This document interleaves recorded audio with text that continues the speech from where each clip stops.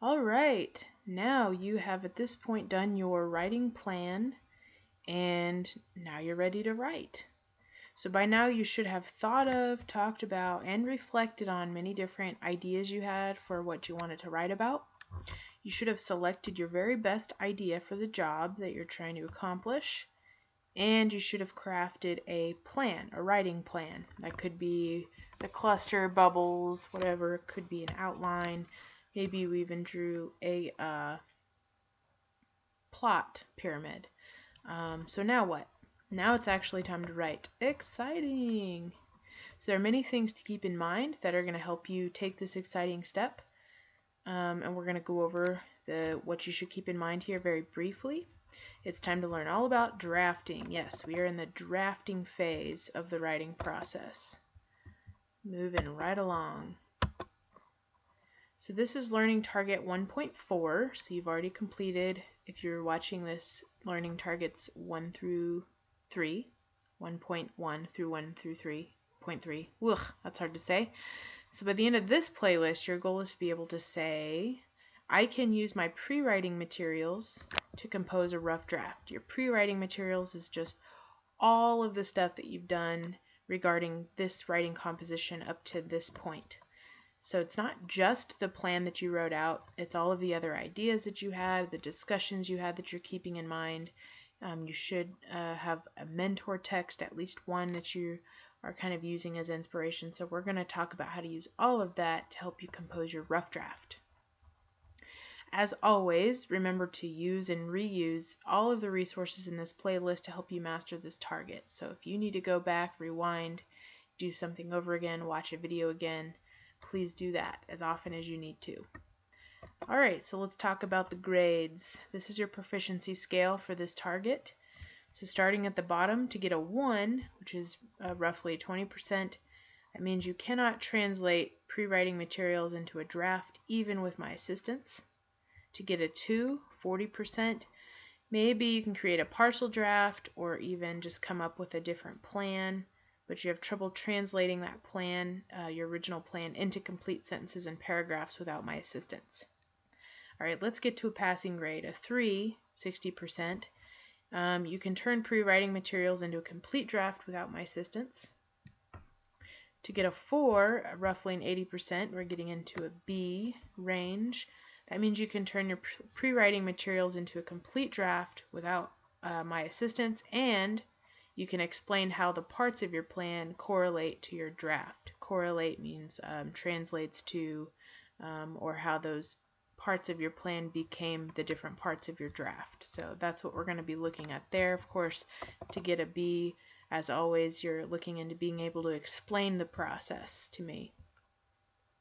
Alright, let's look at getting a 5. Shooting for the stars, getting 100%, getting an A.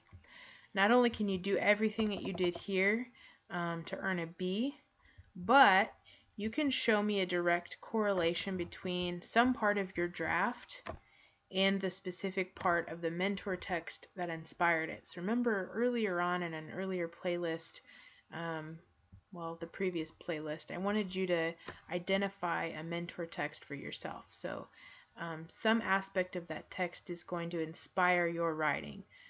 The style of a specific paragraph that you read, maybe a new word that you learned that you're going to incorporate into your own writing, something about the author's style.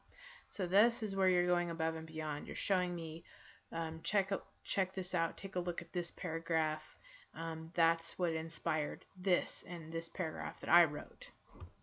So that's how you get an A.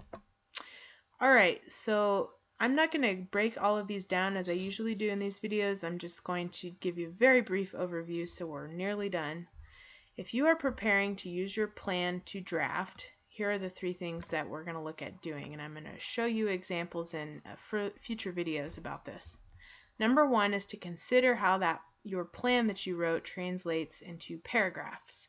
And I'm going to show you how to do that, and I'm going to show you how to do that with all 3 plan styles that I showed you. Remember I showed you how to do like a bubble or a cluster map to plan your essay. I showed you how to do a formal outline. And then I showed you how to draw a plot pyramid and write your own story against that plot pyramid. So I'm going to show you how different parts of that would break down into paragraphs, and so you can do it yourself with your story. Number two, I'm going to help show you how to determine the sequence or the order of your composition based on your plan. And some plans make that easier than others. So if you've decided to write a formal outline, a lot of that's really done for you. Same with the plot pyramid. But we'll look at how to do that with the bubble map if that's what you chose as well. And finally, on number three, we're going to determine how voice and style, things like that, will be influenced in your draft by the mentor text that you selected. So I'll show you how I'm going to use another author's writing to inspire my own, and you can figure out how to do that for yourself based on the text that you picked yourself. So I'm not going to break these down in this video, but we will break these down thoroughly within this playlist. A quick note before I let you go. As you're drafting, you might find yourself reordering, cutting, and adding ideas, or catching and fixing grammatical and mechanical errors while you write.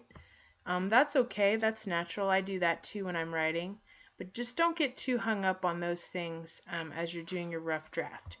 Just focus on writing, getting all the ideas down in the order that you want them in, because we're going to worry more about that type of stuff later when we are revising and editing, which are, of course, not the last two steps, but future steps in the writing process.